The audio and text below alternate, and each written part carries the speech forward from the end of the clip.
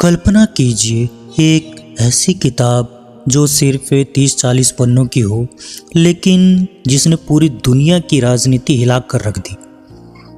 1848 में लिखी गई यह किताब कहती है, दुनिया का इतिहास असल में वर्ग संघर्ष का इतिहास रहा है। यह किताब थी द कम्युनिस्ट मैनिफेस्टो।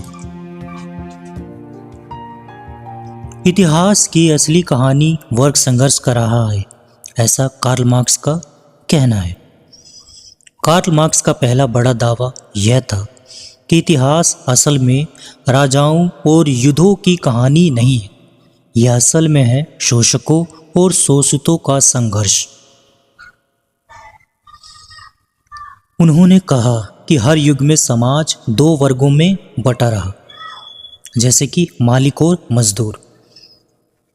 उदाहरण के तौर पे प्रिमिटिव एज, उस समय समाज जो था वर्ग विहीन समाज था, कोई क्लास नहीं थी, क्लासलेस सोसाइटी थी। वो बताते हैं कि प्राचीन काल में दास और स्वामी के बीच में समाज दो वर्गों में बट गया। फिर वो आगे बताते हैं मध्यकाल में सामंत और किसानों के बीच में समाज दो वर्गों में विभाजित रहा। आधुनिक युग में वो बताते हैं कि पूंजीपति और मजदूर समाज के दो वर्ग मौजूद रहे और संघर्षरत रहे। यानी समाज की कहानी पूरी तरह क्लास कॉन्फ्लिक्ट की कहानी है। पूंजीवाद कैसे काम करता है? कार्ल मार्क्स का कहना है, इंडस्ट्रियल रेवोल्यूशन के बाद फैक्ट्रीज बनने लगी। मजदूर काम करते थे, लेकिन फैक्ट्री मालिक प्रॉफिट कमाते थे। मार्क्स ने कहा, मजदूर जितना वैल्यू पैदा करता है उसे उतना पैसा नहीं मिलता। इसे उन्होंने कहा सरप्लस वैल्यू, यानी अतिरिक्त वैल्यू। यानी मजदूर के श्रम से जो एक्स्ट्रा पैसा बनता है ना, वह पूंजीपति ले जाता है। यही कैपिटलिज्म यानी पूंजीवाद की सबसे बड़ी समस्या है। कैपिटलिज्म की ताकत यानी पूंजीवाद की ताकत के बारे में वे बताते हैं, मार्क्स ने सिर्फ कैपिटलिज्म की आलोचना नहीं की, उन्होंने इसकी ताकत भी मानी।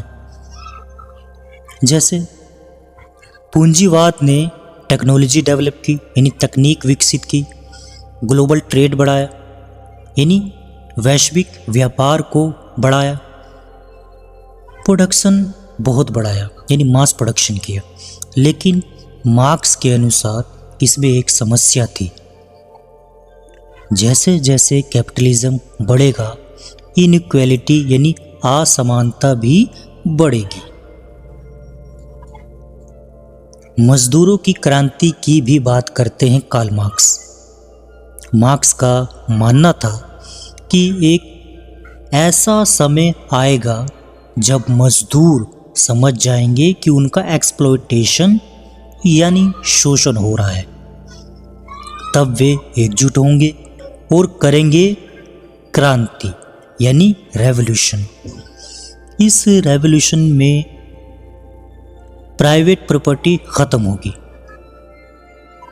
यानी इस रेवोल्यूशन के बाद प्राइवेट प्रॉपर्टी यानी निजी संपत्ति खत्म होगी और सोसाइटी बनेगी कम्युनिस्ट सोसाइटी, यानी साम्यवाद सोसाइटी या साम्यवादी सोसाइटी, जहां प्रोडक्शन सबके लिए होगा, प्रॉफिट के लिए नहीं होगा।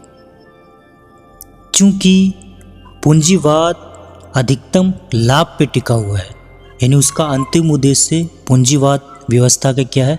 अंतिम लाभ कमाना। लेकिन कम्युनिस्ट सोसाइटी यानी साम्यवादी सोसाइटी में ऐसा नहीं है। प्रोडक्शन होगा लेकिन सबके लिए होगा, प्रॉफिट के लिए नहीं होगा। कम्युनिस्ट सोसाइटी का सपना कार्ल मार्क्स ने दिखाया, एक कल्पना की उन्होंने। कम्युनिज्म में मार्क्स ने कल्पना की क्लासलेस सोसाइटी की, यानी वर्ग विहीन समाज की। प्राइवेट प्रॉपर्टी यानी निजी संपत्ति खत्म करने की। रिसोर्सेस सबके लिए होंगे यानी उस पर सबका अधिकार होगा संसाधनों पर। और उनका फेमस स्लोगन भी था in English, workers of the world unite, be unite. In Hindi में दुनिया के मजदूरों एक हो जाओ। तो ये था द कम्युनिस्ट मैनिफेस्टो का सारांश। अब मैं आपकी इसकी क्रिटिकल थिंकिंग बताता हूँ, यानी क्रिटिकल एनालिसिस करके मैं आपको बतलाता हूँ कि क्या कार्ल मार्क्स सही थे या गलत थे, या पूर्ण रूप से सही थे या आधा अधूरा सही थे। ताइए इनके दोनों पहलुओं को निष्पक्ष तरीके से देखते हैं। सबसे पहले हम सकारात्मक बिंदु पर बात कर लेते हैं, उनकी स्ट्रेंथ क्या रही। मार्क्स की सबसे बड़ी ताकत या स्ट्रेंथ, मार्क्स ने कैपिटलिज्म की कुछ गहरी समस्याएं बहुत पहले पहचान ली थी, जैसे कि आर्थिक असमानता यानी वेल्थ इनइक्वालिटी, वर्कर एक्सप्लॉयटेशन यानी मजदूरों का शोषण, कारपोरेट पावर को वो पहचान चुके थे। आज के समय में आप देख ही रहे हो कितने सारे कारपोरेट वर्ल्ड हो चुके हैं, चाहे टेस्ला की बात की जाए, अमेजन की बात की जाए, माइक्रोसॉफ्ट, भारत में अडानी अंबानी, रिलायंस ग्रुप, जियो, एयरटेल। तो ये सब क्या है, कारपोरेट पावर है और इसी से ही दुनिया चल रही है और मजदूरों का शोषण हो रहा है। आज भी दुनिया में यह डिबेट चलती है, कार्ल मार्क्स क्या पूर्ण रूप से सही थे या नहीं, उसके सकारात्मक बिंदु क्या थे, नकारात्मक बिंदु क्या थे। अब हम बात करते हैं मार्क्स की सबसे बड़ी कमजोरी यानी वीकनेस क्या रही उसकी। मार्क्स की थ्योरी पूरी तरह से सही भी नहीं निकली, क्योंकि परफेक्ट नहीं रही उसकी थ्योरी, कुछ कमियां रही। जब कुछ देशों ने कम्युनिज्म को अपनाया, जैसे कि सोवियत संघ और चाइना, तो कई जगह ऑथोरिटेरियन गवर्नमेंट्स बन गई, यानी एक निरंकुश सरकार बन गई, अधिनायकवाद की सरकार बन गई, मनमानी करने लगी। जो आम लोगों की समस्या थी उसको ज़्यादा ध्यान नहीं दिया गया, उस पर भ्रष्टाचार बढ़ा और भी तमाम तरह की चीज़ें वहाँ मौजूद हो गई, एक सत्ता की पार्टी वहाँ पे मौजूद होगी, आर्थिक असमानता भी बढ़ गई और आर्थिक समस्या भी पैदा हो गई। आज के समय में क्या कार्ल मार्क्स के जो विचार हैं वो प्रासंगिक हैं? आइए उसको भी देख लेते हैं। आज दुनिया में प्योर कैपिटलिज्म भी नहीं है, यानी शुद्ध पूंजीवाद भी नहीं है, और प्योर कम्युनिज्म भी नहीं है, यानी प्योर शुद्ध साम्यवाद भी नहीं है। अधिकतर देशों में अब है मिक्स्ड इकोनॉमी, जैसे कि भारत, रशिया, चाइना और अन्य तमाम देशों ने मिक्स्ड इकोनॉमी को अपना रखा, प्योर कोई भी नहीं रहा। यदि चाइना की बात की जाए तो उसने भी 1980 में इंडस्ट्रियलाइजेशन कर लिया था, यानी पूंजीवाद को अपना लिया था कुछ हद तक। इसी तरीके से जो रशिया है यानी रूस, उसने भी समाजवाद, साम्यवाद का एक नया मॉडल समाजवाद के रूप में अपना लिया, कुछ इंडस्ट्रियलाइजेशन को बढ़ावा दिया। तो प्योर यानी शुद्ध कोई भी नहीं रहा, यानी मिक्स्ड इकोनॉमी में अब मार्केट भी है और गवर्नमेंट रेगुलेशन भी है, यानी सरकार का नियंत्रण भी है। अब कंक्लूजन क्या निकलता है उसके ऊपर भी बात कर लेते हैं। द कम्युनिस्ट मैनिफेस्टो एक किताब नहीं, एक विचार है जिसे दुनिया की राजनीति, इकोनॉमिक्स और समाज को गहराई से प्रभावित किया है।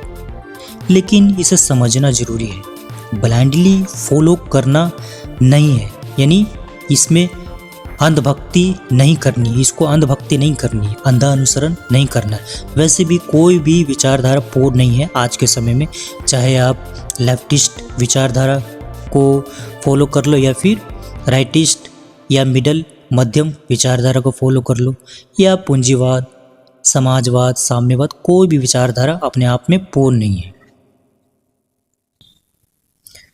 तो यदि आप यहाँ तक पहुँच गए हैं तो अगर ऐसी किताबों को, बुक समरी को आप पढ़ना चाहते हैं, आपको शौक़ है, जिज्ञासा है, तो हमारे चैनल से जुड़ सकते हैं, हमें सब्सक्राइब कर सकते हैं। चलिए आपसे अलविदा लेते हैं। आप सभी को जुड़ने के लिए बहुत बहुत धन्यवाद, शुक्रिया, जय हिंद, शुभ रात्रि, सब बखैर। राह देखे दिल में है जोश नया, मंजिल की धुन में ये सफर चला, आसमां को छूने की है ख्वाहिश अब, नई सुबह का है ये पैगाम सब, एक नई शुरुआत दिल में उम्मीद लिए, एक नई शुरुआत दिल में उम्मीद लिए।